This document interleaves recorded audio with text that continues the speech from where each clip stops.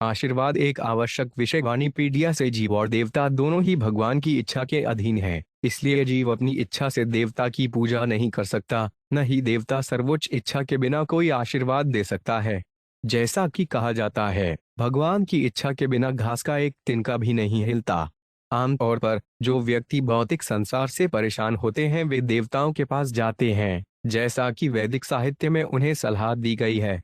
किसी विशेष वस्तु की चाहत रखने वाला व्यक्ति अमुक देवता की पूजा कर सकता है।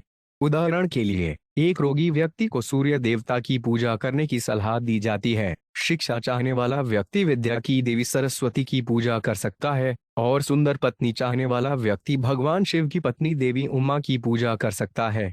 इस प्रकार विभिन्न देवताओं की पूजा के विभिन्न तरीकों के लिए शास्त्रों, वैदिक ग्रंथों में सिफारिशें हैं।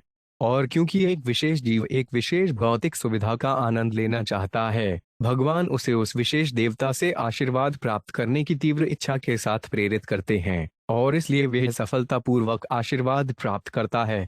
श्रील प्रभुपाद की पुस्तकें, व्याख्यान, वार्तालाप और पत्र इस आवश्यक विषय की व्यापक प्रस्तुति प्रदान करते हैं, जैसा कि वाणी कोर्स बेनेडिक्शन श्रेणी में देखा गया है। उनकी पुस्तकों का एक परिचय निम्नलिखित 8 उदाहरणों में दिया गया है। श्रील प्रभुपाद की पुस्तकों से उदाहरण: हिरण्यकश्यप सभी प्रकार के हथियारों से सावधान रहता था।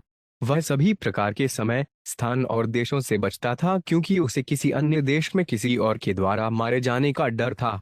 ऊंचे और नीचे कई अन्य ग्रह हैं और इसलिए उन्होंने इनमें से किसी भी ग्रह के निवासी द्वारा न मारे जाने का आशीर्वाद पाने के लिए प्रार्थना की। 3 मूल देवता हैं, ब्रह्मा, विष्णु और महेश्वर।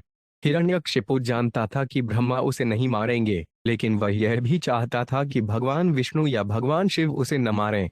श्रीमद् भागवत 7.3:36 मेरे द्वारा तुम्हें शुभकामनाएं दी जाती हैं।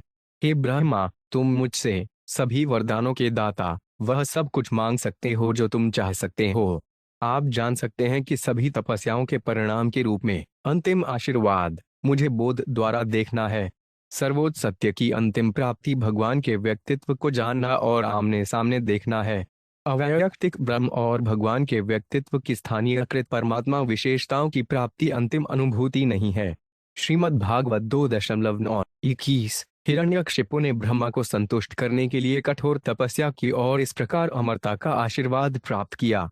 वास्तव में भगवान ब्रह्मा के लिए भी किसी को अमर होने का आशीर्वाद देना असंभव है, लेकिन अप्रत्यक्ष रूप से हिरण्यकशिपु को यह आशीर्वाद मिला कि इस भौतिक संसार में कोई भी उसे मारने में सक्षम नहीं होगा।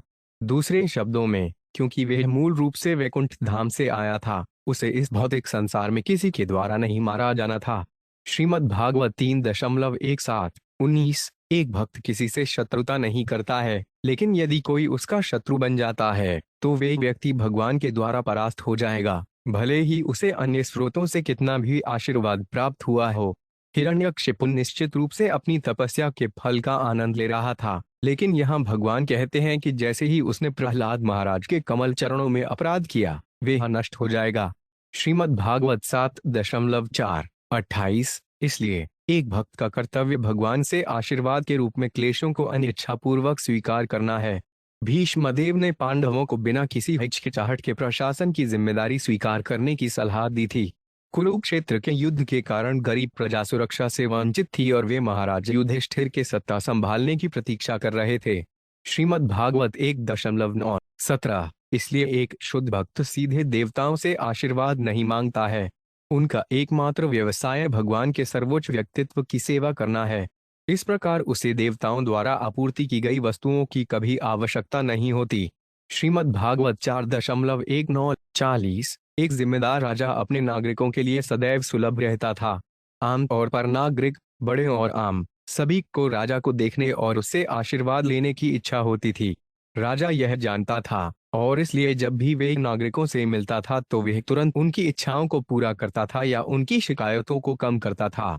श्रीमद् भागवत 4.21:6 एक संत व्यक्ति या भक्त हर किसी को आशीर्वाद देने के लिए स्वतंत्र है, जबकि देवता केवल पूजा करने के बाद ही आशीर्वाद दे सकते हैं। वहां जाने के बाद ही कोई तीर्थ स्थान का लाभ उठा सकता है और किसी विशेष देवता की पूजा करने में किसी की इच्छा की पूर्ति के लिए लंबे समय तक इंतजार करना पड़ता है। लेकिन आप जैसे संत व्यक्ति, मेरे प्रिय अक्रूर, एक भक्त की सभी इच्छाओं को तुरंत पूरा कर सकते हैं। मेरे प्रिय अक्रूर, आप सदैव हमारे मित्र और शुभचिंतक हैं। कृष्ण ग्रंथ, अध्याय 48।